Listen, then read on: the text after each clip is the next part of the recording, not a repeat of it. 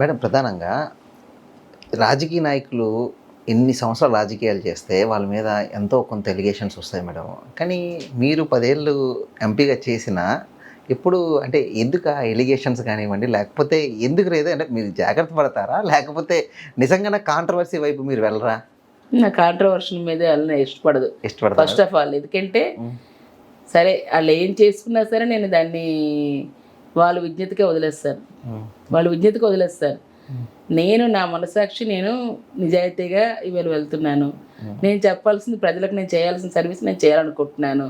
నేను చెందాల్సింది నేను చేస్తున్నది వాళ్ళని వాస్తవం నిజం అనుకుంటే వాళ్ళు సపోర్ట్ చేస్తారు. కొంతమందికి తెలియదు, కొంత అమాయకత కూడా ఉండే ప్రణాళిక మనకి గట్టిగా నోటితోని ఇది కావాలి, ఉత్తరాంధ్రలోనే అసలు ఇది కావాలని గట్టిగా అడిగే కూడా మన ప్రాంతంలో లేరు. అలాంటప్పుడు దాన్ని అలసుగా తీసుకోకూడదు. వాళ్ళకి కావాల్సింది మన చేతనైతే వాళ్ళకి చేసి అందించగలగాలి.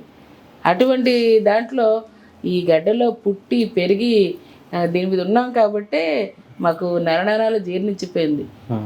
ఈ ప్రాంతానికి ఎంతో కొంత మనం కూడా చేసి ప్రజలకు అందించాలనే ఒక తపన అయితే ఉంది.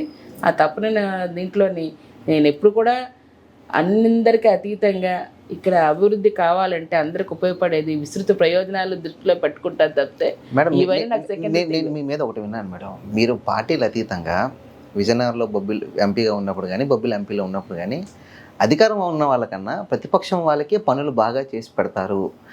ఏదైనా సహాయం వచ్చిందంటే మీరు నాకు ఓటు వేసారా లేదని అడగకుండా పని చేస్తారని నిజమా మేడం అది? ఎందుకంటే మనం నిజం అది లేదా? నిజమే అంటున్నాను. ఎందుకంటే నేను పార్టీలకు అతీతంగానే ఉంటాను. ఇప్పుడే కదా జిల్లా పరిషత్ చైర్మన్ చేసిన దగ్గర నుంచి నేను పార్టీలకు అతీతంగానే పనిచేస్తాను. ఎందుకంటే వాస్తవంగా వాళ్ళ అధికారులు ఉన్నప్పుడు ఆ పార్టీ వాళ్ళు చేయకుండా వాళ్ళని వెనక పెట్టేసిన వాళ్ళు, విసిగిపోయిన వాళ్ళు.